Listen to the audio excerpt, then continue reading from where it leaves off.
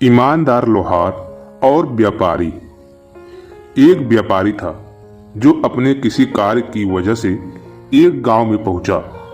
उसे हथौड़े की आवश्यकता थी, इसलिए वह उस गांव के लोहार के पास गया और उसे हथौड़ा बनाने के लिए कहा।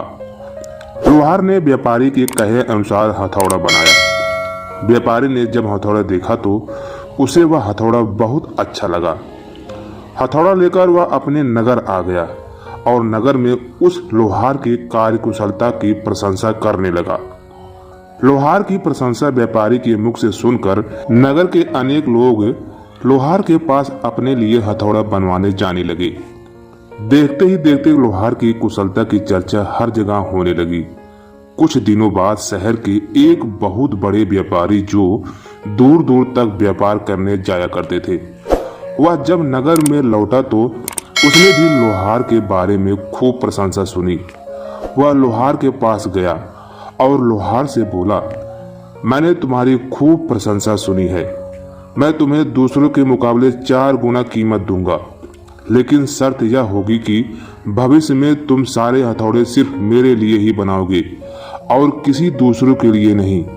सौदागर की शर्त को सुनकर लोहार ने बोला, मुझे अपने कार्य की जितना भी दाम मिलता है मैं उससे बहुत संतुष्ट हूँ।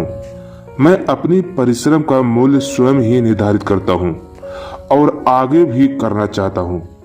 मैं कुछ चंद रुपए और लाभ के लिए ऐसा कोई कार्य नहीं करूँगा जिससे किसी दूसरे का शोषण हो। व्यापारी ने पूछा कि इसमें कैसे किसी गरीब का शोषण होगा। लोहार ने आगे बोला, आप मुझे जितने भी पैसे देंगे उससे 2 गुना पैसे आप गरीब खरीदारों से वसूलोगे। इसलिए मैं अपने लालच का बोझ गरीब और दुखी पर पड़ने नहीं दूंगा। मेरी यही इच्छा है कि मेरे कुशल का लाभ समाज के उन लोगों तक भी पहुंचे जो गरीब है। इसलिए मैं आपका यह प्रस्ताव स्वीकार नहीं कर सकता। सौदागर लोहार की यह बातें सुनकर अपमानित हुआ और उसे अपने लालच से भरे बुद्धि पर शर्मिंदगी महसूस हुई। कहानी का शिक्षा, सच्चाई और ईमानदारी महान शक्तियां हैं। यदि किसी व्यक्ति के कुशलता के अतिरिक्त यह दोनों गुण मौजूद है तो उसे किसी प्रकार का प्रलोभन उसे अपने सिद्धांतों से डिगा नहीं सकता।